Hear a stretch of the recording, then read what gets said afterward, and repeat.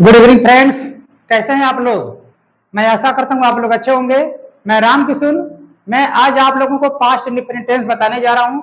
Translate में past indefinite tense. Past indefinite tense क्या होता है, इसका पहचान कैसे होता है, कैसे हम सही से इसका ट्रांसलेट करेंगे। तो देखिए, जब तक हमें पास्ट इंडिफिनिट का सही से पहचान नहीं होगा तब तक हम इसका ट्रांसलेट नहीं कर पाएंगे। देखिए, मैंने यहाँ पर नियम लिखा है पास्ट इंडिफिनिट टेंस। देखिए, इसका पहचान है, इस प्रकार के वाक्य के अंत में या ई ए ला ली ले आदि शब्द आते हैं और इस प्रकार के वाक्य से हमें भूतकाल में किसी काम के होने का पता चलता है। देखिए, पास्ट इंडिफिनिट टेंस का जो मेन पहचान है वह यह है कि हमें किसी भी कार्य के, किसी भी काम के भूतकाल में होने का पता चलता है। जैसे कोई कार्य 5 मिनट पहले भी हो गया, 10 मिनट पहले बीत गया, आधा घंटा पहले हुआ है, कई महीना पहले हुआ है, कई वर्ष पहले हुआ है, ये होता है पास्ट इंडिफिनिट टेंस यानी भूतकाल में। तो देखिए, इसका अंग्रेजी कैसे बनेगा। तो देखिए, इसका नियम है, इसमें देखिए चाहे ही, सी तथा एक वचन करता यानी पास्ट इंडिफिनिट टेंस में चाहे ही, सी एक वचन करता हो और आई, वी, यू, दे तथा बहुवचन कर्ता के साथ क्रिया की सेकेंड फॉर्म का प्रयोग करते हैं। पास्ट इंडिफिनिट टेंस की ट्रांसलेट करने के लिए, अंग्रेजी बनाने के लिए पॉजिटिव सेंटेंस साधारण वाक्य में क्रिया की सेकेंड फॉर्म आता है, चाहे कर्ता एक वचन हो चाहे बहुवचन। नेगेटिव का रूल दूसरा है, पॉजिटिव मैं बता रहा हूं। देखिए, अब देखिए, मैं इसका स्ट्रक्चर लिखकर आपको समझा रहा हूं। आप लोग स्क्रीनशॉट मान लीजिए इसका, मैं आपको समझा रहा हूं।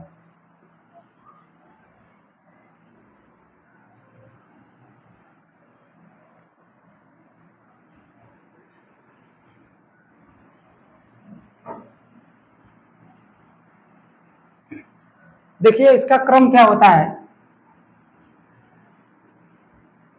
क्रम यानी स्ट्रक्चर। देखिए, सब्जेक्ट होगा, इसके बाद V2 plus object. Subject V2 object, ये देखिए है अफर्मेटिव का, साधारण वाक्य का अफर्मेटिव।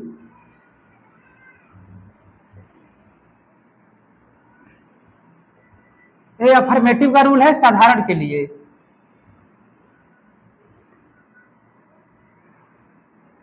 देखिए, अफर्मेटिव सेंटेंस का मैं नियम बता रहा हूं। यदि पास्ट इंडिफिनिट टेंस साधारण वाक्य है, अफर्मेटिव है, तो सब्जेक्ट चाहे ही, she, it, I, we, you, दे कोई भी हो करता, क्रिया की सेकेंड फॉर्म ही आएगा, उसके बाद ऑब्जेक्ट। देखिए,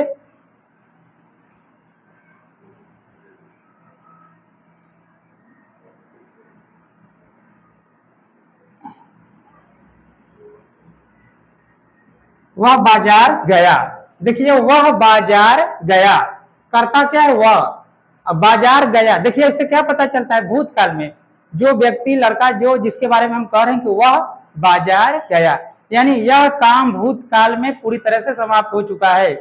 चाहे 10 दिन पहले, 1 महीना पहले, 10 वर्ष, 1 वर्ष या आधा घंटा, 20 मिनट, 10 मिनट पहले, यानी ये काम बीत चुका है, भूतकाल में हुआ है, तो इसे कहेंगे पास्ट इंडिफिनिट टेंस। मैं आशा करता हूं आपको समझ में आ रहा होगा। देखिए, करता हुआ है तो वह के लिए लिखेंगे ही। अब देखिए, कर्ता एक वचन है, सिंगुलर सब्जेक्ट है, तो वह के लिए लिखेंगे ही। अब इसके बाद देखिए, स्ट्रक्चर में है V2 यानी जो क्रिया है, वर्ब है, उसकी सेकेंड फॉर्म। तो क्रिया क्या है, जाना, तो जाने के लिए गो का प्रयोग करते हैं, लेकिन गो का सेकेंड फॉर्म होता है वेंट, तो यहां पर हम लिखेंगे वेंट। ही वेंट, कहां गया, बाजार, तो लिखेंगे टू मार्केट, टू मार्केट, वह बाजार गया, ही वेंट टू मार्केट। अब देखिए, यहां पर मैंने टू क्यों लगाया, अगर कोई व्यक्ति एक जगह से दूसरी जगह पर जाता है तो उस जगह के पहले टू लगाते हैं। जैसे वह लड़का अपने घर पर रहा होगा, वह अपने घर से बाजार गया, किसी अन्य जगह पर गया, तो उस जगह जहां पर गया उसके पहले टू लगा। मैं आशा करता हूं आपको समझ में आ रहा होगा। अगला एग्जाम्पल देखिए,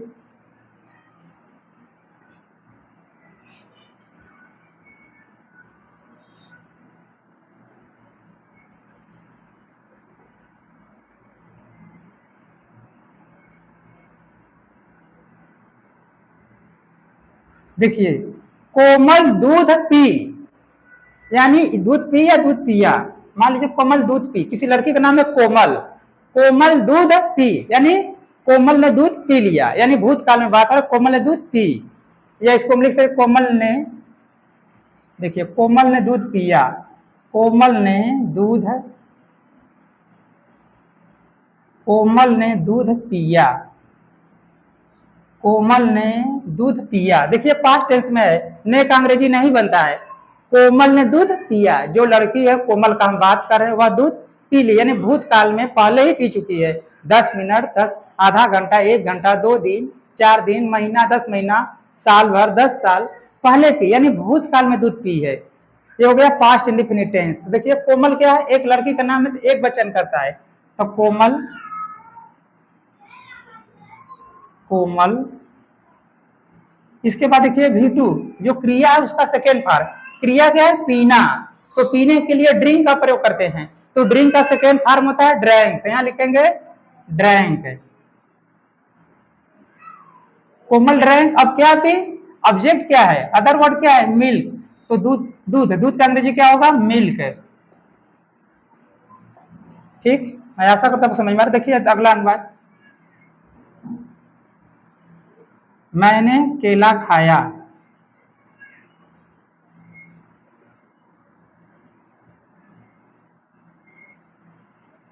देखिए मैंने केला खाया, मैंने केला खाया इसका मतलब मैं केला 10 मिनट, 1 दिन, 2 दिन, आधा घंटा, 2 दिन, 10 दिन पहले खाया हो, साल भर पहले खाया हो, यानी जो भी मैंने केला खाया एक कार्य बीते हुए समय का बता रहा है, यानी यह काम बीत चुका है, तो हो गया भूतकाल। मैंने केला खाया, आई, देखिए भूतकाल में है तो मैंने के लिए लिखेंगे आई। अब देखिए आई एक वचन करता है, लेकिन आई के साथ क्रिया का, और टेंसों में देखो क्या करते हैं, आई के साथ बहुवचन का प्रयोग करते थे अन्य टेंसों में, लेकिन इसमें देखिए चाहे subject he, she, it, I, we, you, they कुछ भी करता हो, क्रिया के सेकेंड फॉर्म ही लिखाएगा पॉजिटिव में। तो यहाँ देखिए क्या लिखेंगे, V2 क्या होगा, खाना। अब खाने के लिए ईट का प्रयोग करते हैं, तो ईट का सेकेंड फॉर्म होगा एट, तो यहाँ पर हो जाएगा एट, आई एट। अब क्या खाया, ऑब्जेक्ट क्या है, अदर वर्ड, बनाना, यानी केला, बनाना, आई एट बनाना, इसके बाद फुल स्टॉप। मैं आशा करता हूँ आपको ये समझ में आ रहा होगा। आप लोग इसका स्क्रीनशॉट मान लीजिए, मैं आगे समझा रहा हूँ।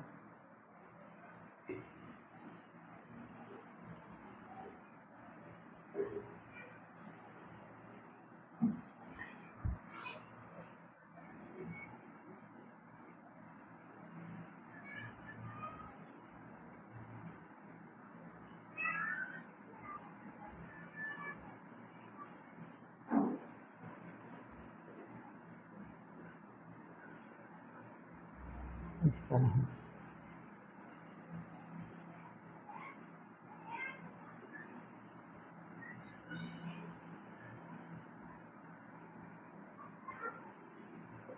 देखिए तुम अंग्रेजी पढ़े, जो तुम का लड़का है जिसका हम बात करें, तुम अंग्रेजी पढ़े, यानी वह अंग्रेजी भूतकाल में पढ़ लिया है, चाहे 1 दिन, 2 दिन, 10 दिन, महीना भर, साल भर, 10 साल, 10 मिनट पहले, 5 मिनट पहले, यानी यह कार्य बीत चुका हुआ है, बीते हुए समय की हम बात कर रहे हैं। तो यहाँ पर हो गया past indefinite tense. Past indefinite tense का पहचान एकदम सिंपल पहचान है कि कोई भी काम भूतकाल में पूरी तरह से समाप्त हो चुका होता है। जैसे तुम अंग्रेजी पढ़े, जो अंग्रेजी पढ़ने का काम था तुम पढ़ लिए, भूतकाल में ही कर लिए, तो हो गया पास्ट इंडिफिनिट टेंस। अब करता देखिए तुम के लिए आएगा यू। अब देखिए यू बहुवचन भी करता होता है, सिंगुलर भी होता है, तो यू के साथ हमेशा हम देखिए प्रेजेंट टेंस में इसके साथ हमेशा क्रिया का बहुवचन प्रयोग करते थे, लेकिन भी पास्ट टेंस में चाहे कोई भी करता हो V2 ही लिखेंगे। तो यू, तुम बाजार गए, यू सॉरी तुम अंग्रेजी पढ़े, तो देखिए पढ़ने के लिए करते हैं स्टडी का प्रयोग, तो इसके साथ V2 क्या हो जाएगा, स्टडी का सेकेंड फॉर्म क्या होगा, स्टडीड, STU। अब देखिए स्टडी माना होता है पढ़ाई करना, ये क्रिया का फर्स्ट फॉर्म है, लेकिन जब हम इसमें इसको जब सेकेंड फॉर्म बनाएंगे तो वाई को हटाकर यहाँ पर क्या लिखाएंगे, IED, studied, STUIED, studied, STUDIED, studied माने पढ़ाई किए, तुम पढ़ाई किए, यू स्टडीड। अब क्या पढ़ा, अंग्रेजी तो लिखेंगे इंग्लिश, यू स्टडीड इंग्लिश, तुम अंग्रेजी पढ़े, यू स्टडीड इंग्लिश, तुम अंग्रेजी पढ़े।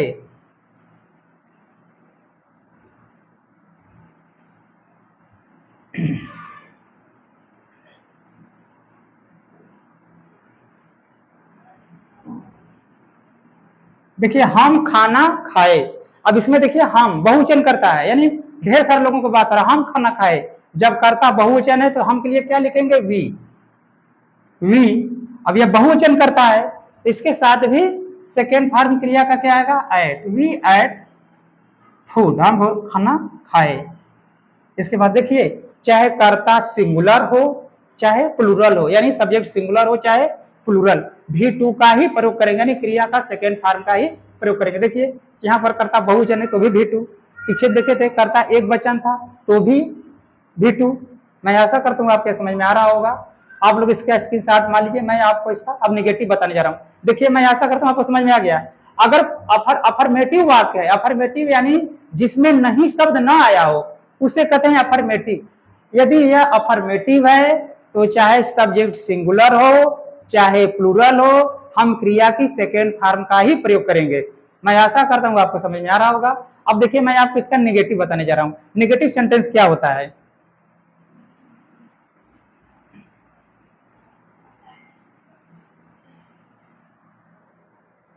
देखिए यदि वाक्य निगेटिव हो जाएगा,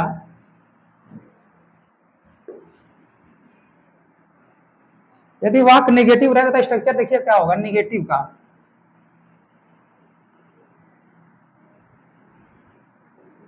निगेटिव माने नकारात्मक।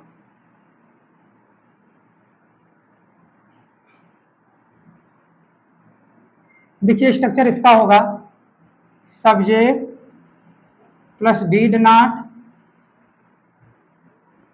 Plus V1 plus object. देखिए यदि वाक्य पास्ट इंडेफिनिट का निगेटिव है तो चाहे कर्ता सिंगुलर हो चाहे प्लूरल, यानी चाहे कर्ता एक वचन हो चाहे बहुवचन, हम नहीं के लिए डीड नॉट का ही प्रयोग करेंगे। चाहे कर्ता एक वचन हो चाहे बहुवचन हो, हम क्रिया की सॉरी डीड नॉट का प्रयोग करेंगे और क्रिया की फर्स्ट फॉर्म, यानी इसमें V2 नहीं लगेगा, V1 लगेगा, क्रिया की फर्स्ट फॉर्म। इसके बाद ऑब्जेक्ट। और देखिए डिड नॉट को हम डिडंट भी लिख सकते हैं, डिडंट। डिडंट देखिए ये जहां पर ओ था उसको हटाकर यहाँ पर कामा लगा देंगे, इसे कहते हैं डिडंट। डिडंट देखिए डिडंट। डिडंट का प्रयोग खास करके हम शॉर्ट फॉर्म का प्रयोग स्पीकिंग इंग्लिश में करते हैं। देखिए मैं आज आप लोगों को स्पीकिंग इंग्लिश भी सिखाऊंगा कुछ समय बाद, ग्रामर थोड़ा बता लेने के बाद। ये देखिए शॉर्ट फॉर्म है, डिड नॉट का डिडंट, डज नॉट का डजंट होता है और डू नॉट का डोंट होता है। मैं आशा करता हूँ आपको समझ में आ रहा होगा। तो देखिए इसका अंग्रेजी कैसे बनेगा।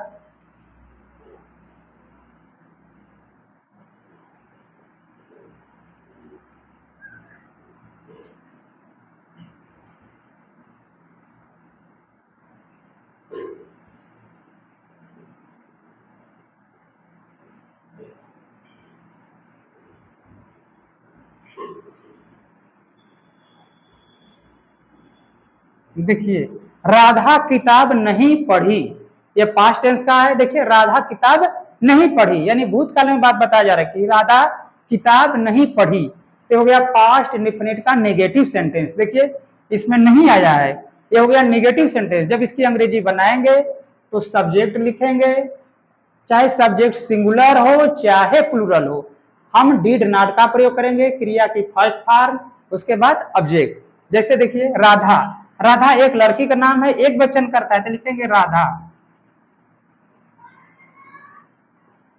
अब राधा, राधा क्या नहीं के किताब नहीं पढ़ी, तो नहीं के लिए क्या लिखेंगे? Did not. Radha did not. अब पढ़ी, पढ़ना क्रिया है पढ़ना, तो इसका मेन वर्ब क्या होगा? स्टडी।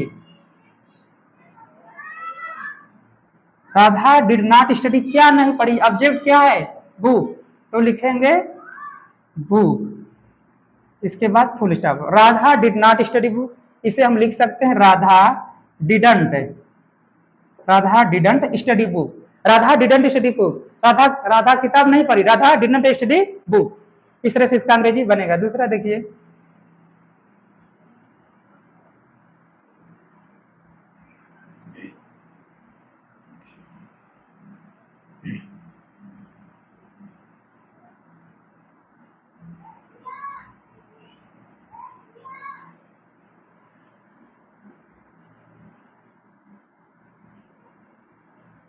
देखिए अंग्रेजी, तुम खाना नहीं खाए, यहां पर कर्ता देखिए तुम है, और वाक्य है निगेटिव नहीं, और ये पास्ट टेंस का निगेटिव है, पास्ट इंडिपेंडेंट का निगेटिव है। तो देखिए तुम के लिए क्या लिखेंगे, यू। यू करता बहुवचन है तो भी नहीं के लिए डिड नॉट ही लगे। देखिए यहाँ पर आधा एक वचन करता था तो नहीं के लिए डिड नॉट। अब यहाँ पर करता यू बहुवचन हो गया तो भी नहीं के लिए डिड नॉट ही लगेगा, did not. Radha did not. अब खाना का सेकेंड फर्स्ट फॉर्म क्या होगा, ईट। इसमें देखिए क्रिया की फर्स्ट फॉर्म लगेगी, Radha did not, sorry you did not eat, खाना के लिए फूड, तुम खाना नहीं खाए। देखिए मैं एक बार से समझा दूं, यहाँ पर करता है तुम के लिए यू, बहुवचन करता है, नहीं के लिए डिड नॉट, मेन वर्ब क्या है खाना, तो इसका खाना का फर्स्ट फॉर्म ईट, इसके बाद ऑब्जेक्ट क्या है फूड, तो फूड। मैं ऐसा करता हूँ आपके समझ में आ रहा होगा। आप लोग इसका स्क्रीनशॉट मान लीजिए, मैं आगे का बता रहा हूँ।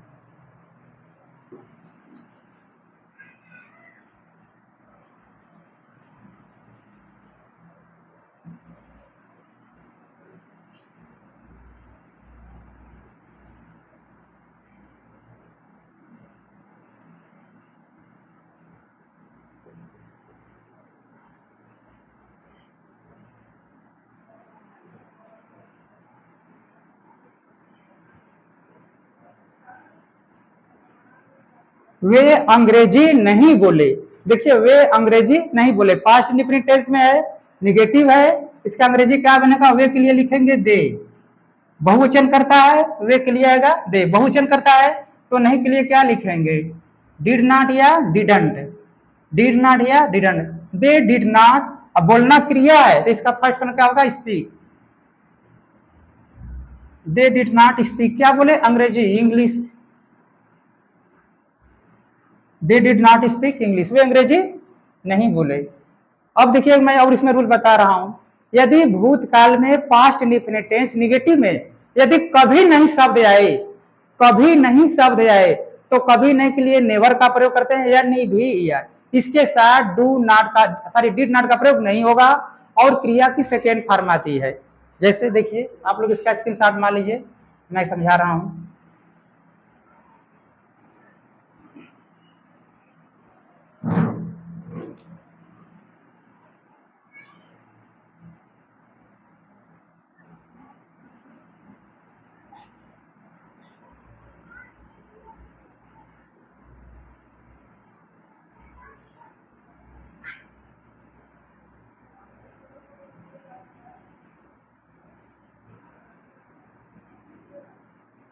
देखिए पास्ट टेंस में है, वह आगरा कभी नहीं गया, वह आगरा कभी नहीं गया।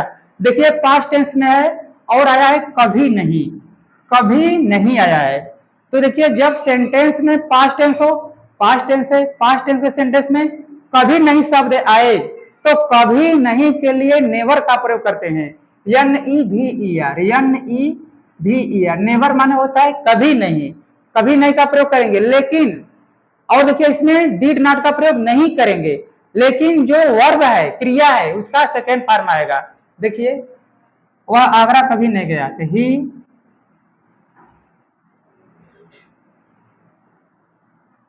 He never.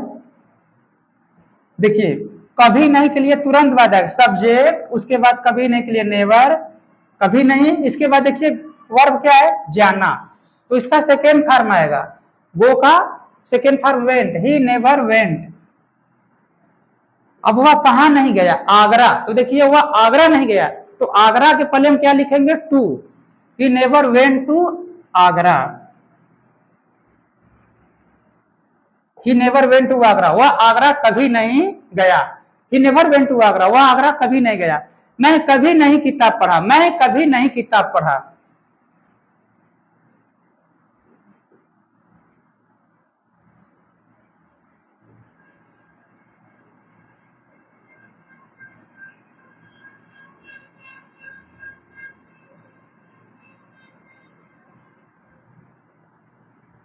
देखिए मैं कभी नहीं किताब पढ़ा, ये पास्ट टेंस में है, पास्ट इंडिफिनिट टेंस है, लेकिन कभी नहीं शब्द आ गया, तो कभी नहीं वाले वाक्य में हम देखिए वह आगरा कभी नहीं गया या वह कभी नहीं आगरा गया, सेंटेंस हम लिख सकते हैं। देखिए वह आगरा कभी नहीं गया या वह आगरा कभी नहीं गया। देखिए सब्जेक्ट, इसके बाद नेवर, भी टू, उसके बाद ऑब्जेक्ट, वह सही। इसमें देखिए मैं कभी नहीं किताब पढ़ा, इसमें देखिए कभी नहीं आ गया, तो कभी नहीं के लिए किसका प्रयोग करेंगे, नेवर का, और जो वर्ब है उसका सेकेंड फॉर्म। तो देखिए मैं के लिए लिखेंगे आई नेवर, आई नेवर। अब इसके बाद वर्ब क्या है, पढ़ना, तो इसका सेकेंड फॉर्म हो जाएगा स्टडीड, आई नेवर स्टडीड। क्या नहीं पढ़ा, किताब, तो book, I never studied book, मैं किताब कभी नहीं पढ़ा। वह कभी वह कभी क्रिकेट नहीं खेला, वह कभी क्रिकेट नहीं खेला। आप लोग इसका स्क्रीनशॉट मान लीजिए, मैं आपको समझा रहा हूं।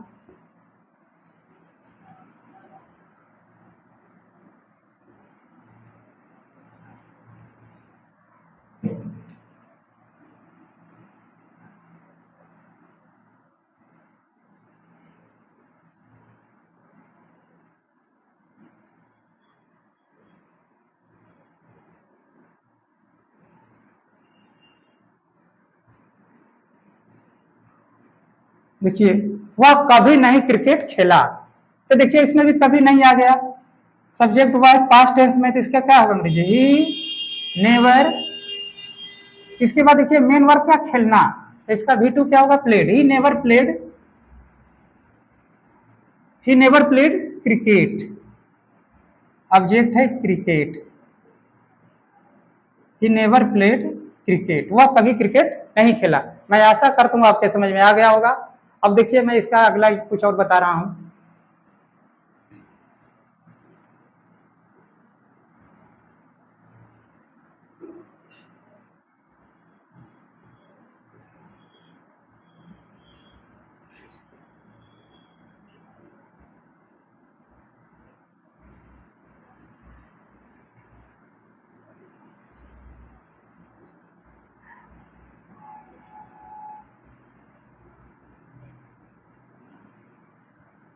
देखिए मैं अंग्रेजी पढ़ने, सॉरी, मैं अंग्रेजी पढ़ने विद्यालय गया, पास्ट टेंस में लिखेंगे। देखिए मैं अंग्रेजी पढ़ने विद्यालय गया, देखिए इसमें मैं अंग्रेजी पढ़ने विद्यालय गया, देखिए पास्ट टेंस की बात है, मैं अंग्रेजी पढ़ने विद्यालय गया, भूतकाल की बात बता रहे हैं। देखिए इसमें दो क्रिया है, पढ़ने और गया, दो वर्ब हैं, तो इसमें देखिए मेन वर्ब क्या है, गया, तो इसका हम बनाएंगे, देखिए कैसे बनेगा, ये कौन सा टेंस है, पास्ट इंडिफिनिट टेंस का सिंपल सेंटेंस है। तो देखिए क्या होगा, आई, अब जाने, देखिए ये जब सिंपल सेंटेंस है तो इसमें यह नेगेटिव नहीं, तो इसमें डिड नॉट नहीं लगेगा, नेवर भी नहीं है, कभी नहीं है, नेवर भी नहीं लगेगा, यह पॉजिटिव है। देखिए मैं इसको कैसे लगेगा बता रहा हूं, आई, गया का सेकेंड फॉर्म होगा वेंट, आई वेंट, अब कहां गया, विद्यालय, to school, I went to school, I went to school, I went to school to, देखिए जो दूसरा क्रिया है पढ़ना, ये इंफिनिटिव है, जब किसी क्रिया के अंत में न लगाओ तो इसे इंफिनिटिव कहते हैं। इसके अंग्रेजी बनाने के लिए इसके पहले टू लिखेंगे, I went to school to read,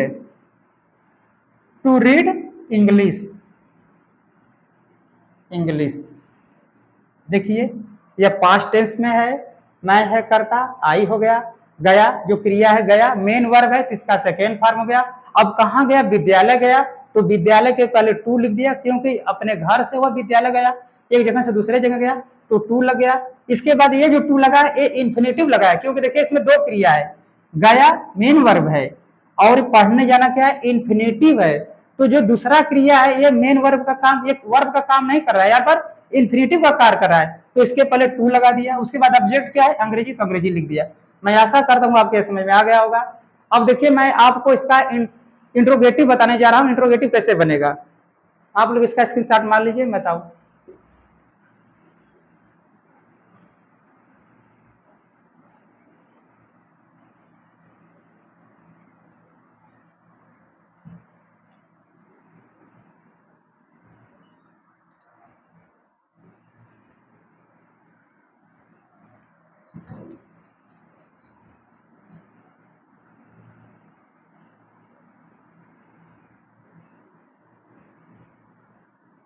देखिए स्ट्रक्चर, यदि पास्ट इंडिपेंडेंट टेंस क्या से शुरू हो, अगर वाक्य क्या से शुरू हो रहा है तो क्या का अंग्रेजी नहीं बनता है, किसी भी वाक्य में क्या का अंग्रेजी नहीं बनता है, क्या के जगह पर क्या लिखते हैं, हेल्पिंग वर्ब। तो देखिए अगर पास्ट इंडिपेंडेंट टेंस अगर क्या से शुरू हो रहा है तो क्या का अंग्रेजी नहीं बनेगा। उसकी जगह पर क्या लिखेंगे, सबसे पहले हेल्पिंग वर्ब डिड, चाहे सब्जेक्ट सिंगुलर हो चाहे प्लूरल, हेल्पिंग वर्ब डिड ही आएगा। इसके बाद सब्जेक्ट, इसके बाद V1 यानी क्रिया की फर्स्ट फॉर्म, इसके बाद ऑब्जेक्ट, उसके बाद क्वेश्चन मार्क। जैसे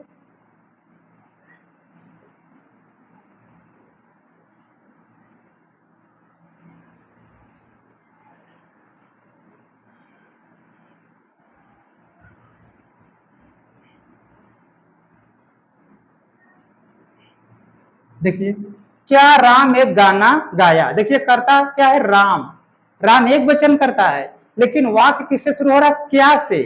कोई भी वाक्य अगर क्या से शुरू हो रहा है तो क्या का अंग्रेजी नहीं बनाते हैं, तो क्या की जगह पर क्या लिखेंगे, हेल्पिंग वर्ब। तो देखिए पास्ट इंडेफिनिट टेंस में चाहे कर्ता एक वचन हो चाहे बहुवचन हो, क्रिया हेल्पिंग वर्ब क्या आएगा, डिड ही आएगा। तो यहां पर होगा हेल्पिंग वर्ब डिड। इसके बाद यही सब्जेक्ट राम, देखिए स्ट्रक्चर डीड हो गया, इसके बाद सब्जेक्ट राम, इसके बाद V1, V1 क्या है, गाया। अब गाने के लिए देखिए सिंग का प्रयोग करते हैं, सिंग SING, सिंग माने गाना, तो सिंग का सेकेंड फॉर्म होता है सैंग, SANG, सैंग। अब क्या गाया, एक गाना, ऑब्जेक्ट है एक गाना, तो लिखेंगे अ सॉन्ग, इसके बाद क्वेश्चन मार्क। क्वेश्चन मार्क लगाना बहुत जरूरी है, यदि हम क्वेश्चन मार्क नहीं लगाएंगे तो भी इसे गलत माना जाएगा। तो हर अगर वाक अगर ये हिंदी वाला वाक अगर क्या ले शुरू है, अगर प्रश्नवाचक, सर यहाँ प्रश्नवाचक लगाएंगे, अगर प्रश्नवाचक है तो हिंदी में भी सॉरी अगर हिंदी सेंटेंस में प्रश्नवाचक है, अगर क्या है तो प्रश्नवाचक चिन्ह लगेगा, तो अंग्रेजी वाले वाक्य में भी प्रश्नवाचक चिन्ह लगाएंगे। अब देखिए अगला,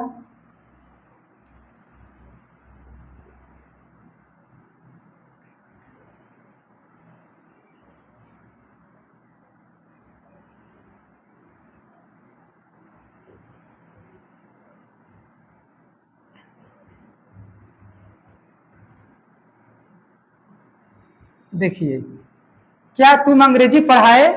देखिए वाक्य क्या शुरू होता है, क्या अंग्रेजी नहीं बनेगा, इसकी जगह पर क्या लिखेंगे, हेल्पिंग वर्ब डिड। अब इसके बाद देखिए सब्जेक्ट यू है तो लिखेंगे यू। मैंने बताया है चाहे सब्जेक्ट सिंगुलर है चाहे प्लूरल, हेल्पिंग वर्ब डिड ही लगेगा, इसके अलावा कोई नहीं लगेगा, कुछ नहीं लगेगा, यू। इसके बाद देखिए मेन वर्ब क्या है, पढ़ाना, तो पढ़ाने के लिए टीच का प्रयोग करते हैं, टीच, तो टीच का फर्स्ट फॉर्म होगा टीच। डिड यू टीच, क्या पढ़ाया, अंग्रेजी, तो लिखेंगे English, did you teach English.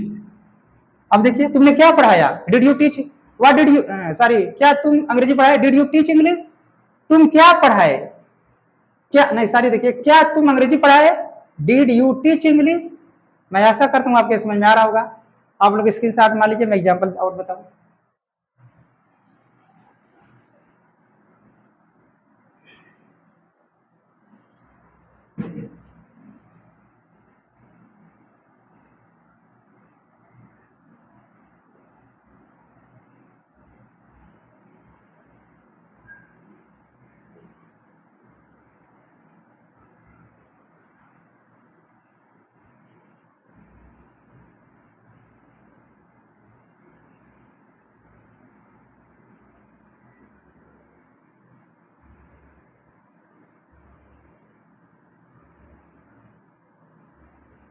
देखिए क्या प्रियंका एक कलम नहीं खरीदी। देखिए ये पास्ट इंडिफिनिट टेंस क्या ले शुरू हो रहा है और निगेटिव भी है। तो देखिए यदि कोई भी वाक्य अगर प्रश्नवाचक शब्द भी है, निगेटिव सेंटेंस भी है, तो नॉट को सब्जेक्ट के बाद लिखते हैं। अगर केवल निगेटिव है तो नॉट को हेल्पिंग वर्ब डिड, सारी हेल्पिंग वर्ब के बाद लिखते हैं, जैसे डिड हेल्पिंग वर्ब तो डिड नॉट होता था। लेकिन अगर कोई वाक्य प्रश्नवाचक और नकारात्मक दोनों है तो नॉट को सब्जेक्ट के बाद लिखेंगे। जैसे देखिए क्या प्रियंका एक कलम नहीं खरीदी, तो क्या होगा, देखिए क्या ले शुरू होगा, क्या ले शुरू हुआ तो हेल्पिंग वर्ब आएगा डिड, डिड करता क्या है प्रियंका, तो लिखेंगे प्रियंका। देखिए मैंने बताया है यदि प्रॉपर नाउन है तो इसका पहला अक्षर कैपिटल लेटर में ही लिखेंगे। देखिए प्रियंका क्या है, लड़की का नाम है, तो प्रियंका क्या है, प्रॉपर नाउन है, तो प्रॉपर नाउन का पहला अक्षर फर्स्ट लेटर कैपिटल लेटर से लिखा जाता है, चाहे बीच में लिखे, चाहे शुरू में लिखे, चाहे बीच में, चाहे अंत में, ध्यान देना। तो डिड प्रियंका। अब मेन वर्ब क्या है, खरीदना, तो खरीदना का फर्स्ट फॉर्म क्या होगा, देखिए हेल्पिंग वर्ब डिड, इसके बाद सब्जेक्ट प्रियंका, V1 क्या है, खरीदना, तो खरीदने के लिए क्या आता है, बाई, तो फर्स्ट फॉर्म क्या होगा इसका, बाई। डिड प्रियंका बाई, अब देखिए नहीं भी शब्द दिया है, क्या प्रियंका एक कलम नहीं खरीदी, डिड प्रियंका, सॉरी देखिए यहाँ पर इसी जगह लगे नॉट दिया है, तो देखिए डिड प्रियंका, नहीं के लिए नॉट सब्जेक्ट के बाद लिखेंगे, डिड प्रियंका नॉट, इसके बाद मेन वर्ब जो खरीदना है by, did Priyanka not by, अब क्या नहीं खरीदी, एक कलम, तो लिखेंगे अ पेन, इसके बाद फुल स्टॉप। देखिए मैं फिर से समझा दूं, वाक्य क्या से शुरू हो रहा था, क्या का अंग्रेजी नहीं बनाएंगे, हेल्पिंग वर्ब डिड लगेगा, इसके बाद सब्जेक्ट प्रियंका। अब देखिए अगर कोई भी वाक्य किसी भी टेंस का अगर वह प्रश्नवाचक और नकारात्मक दोनों है तो नॉट को सब्जेक्ट के बाद लिखते हैं, जैसे प्रियंका सब्जेक्ट, इसके बाद नॉट, इसके बाद V1 बाई, इसके बाद ऑब्जेक्ट है अपेन। मैं आशा करता हूँ आपके समझ में आ रहा होगा। अब देखिए मैं इसका बीच वाला बता दे रहा हूँ, यदि प्रश्नवाचक वाक्य के बीच में तो कैसे बनेगा, आप लोग स्क्रीनशॉट मान लीजिए।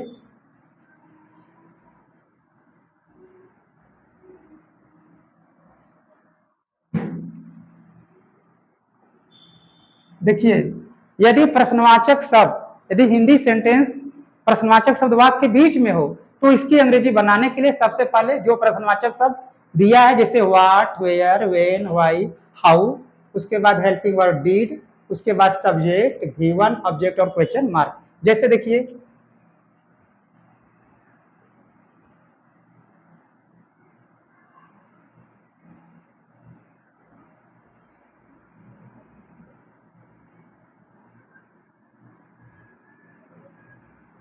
देखिए वह क्या एक पत्र लिखा, वह क्या एक पत्र लिखा, देखिए यह प्रश्नवाचक शब्द वाक्य के बीच में है और पास्ट इंडिफिनिट टेंस है, वह क्या एक पत्र लिखा, पास्ट इंडिफिनिट टेंस है और प्रश्नवाचक शब्द वाक्य के बीच में है, तो पहले हम क्या का अंग्रेजी लिखेंगे व्हाट, इसके बाद लिखेंगे हेल्पिंग वर्ब। तो देखिए पास्ट टेंस में चाहे करता है सिंगुलर और चाहे प्लूरल, हेल्पिंग वर्ब डिड ही आता है, डिड, इसके बाद सब्जेक्ट क्या है, वह तो हो जाएगा ही, वह क्या एक पत्र लिखा, वह डिड, देखिए प्रश्नवाचक शब्द वह, इसके बाद हेल्पिंग वर्ब डिड, फिर सब्जेक्ट ही, फिर मेन वर्ब क्या है लिखना, मेन वर्ब लिखेंगे लिखना का राइट। अब क्या लिखा, ऑब्जेक्ट है एक पत्र, तो लिखेंगे अ लेटर, इसके बाद क्वेश्चन मार्क। मैं आशा करता हूँ आपको समझ में आ रहा होगा। देखिए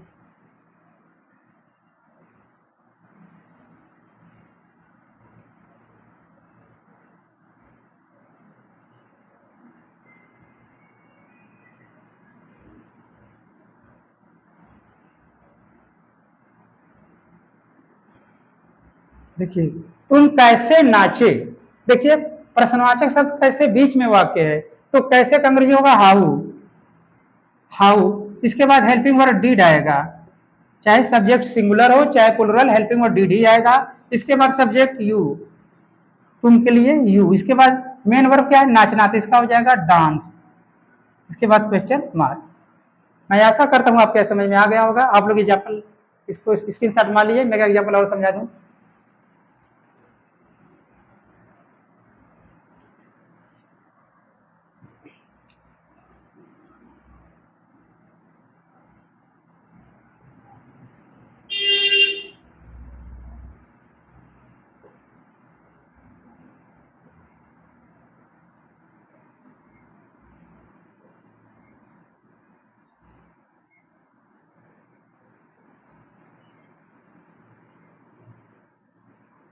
देखिए अगला एग्जाम्पल है, रेखा क्यों आइसक्रीम नहीं खाई, देखिए वह या प्रश्नवाचक और नकारात्मक दोनों है, तो नॉट को सब्जेक्ट के बाद लिखेंगे। तो देखिए यह वाक्य प्रश्नवाचक भी है, पहले देखिए क्यों से शुरू हो रहा है, तो पहले हम क्यों का अंग्रेजी लिखेंगे वाई, इसके बाद देखिए हेल्पिंग वर्ब आएगा डिड, चाहे सब्जेक्ट सिंगुलर हो चाहे प्लूरल, हेल्पिंग वर्ब डिड, इसके बाद सब्जेक्ट है रेखा, तो लिखेंगे रेखा, इसके बाद देखिए नहीं शब्द है तो नॉट को लिखेंगे रेखा सब्जेक्ट के बाद, not, why did Rekha not, अब क्या है खाना, खाने का फर्स्ट फॉर्म हो जाएगा ईट, इसके बाद क्या नहीं खाई आइसक्रीम, तो आइसक्रीम का लिखेंगे आइसक्रीम, इसके बाद क्वेश्चन मार्क। मैं आशा करता हूं आपको यह समझ में आ गया होगा।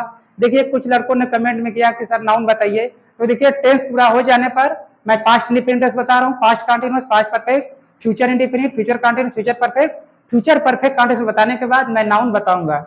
और यदि आपको मेरा वीडियो अच्छा लगे तो आप इसे लाइक कीजिए, शेयर कीजिए, सब्सक्राइब कीजिए, और कोई प्रॉब्लम हो तो आप मुझे कमेंट में बताइए। और देखिए मैं आपको कक्षा 10 गणित भी बता रहा हूँ, कुछ लोग करें 5.2 का बताइए, तो देखिए मैं गणित जल्दी से जल्दी आपको बताने की कोशिश करूंगा। अब देखिए इसके बाद कुछ दिनों बाद मैं आपको साइंस भी बताने वाला हूँ, तो देखिए आप लोग पढ़ते रहिए, मैं आपको साइंस भी बताऊंगा, गणित भी बताऊंगा, अंग्रेजी भी बताऊंगा, और आने वाले दिनों में मैं स्पीकिंग इंग्लिश भी बताऊंगा। तो मैं समझता हूँ आपको समझ में रहा है। आप लोग मेरी वीडियो को देखिए, लाइक कीजिए, शेयर कीजिए, सब्सक्राइब कीजिए। धन्यवाद।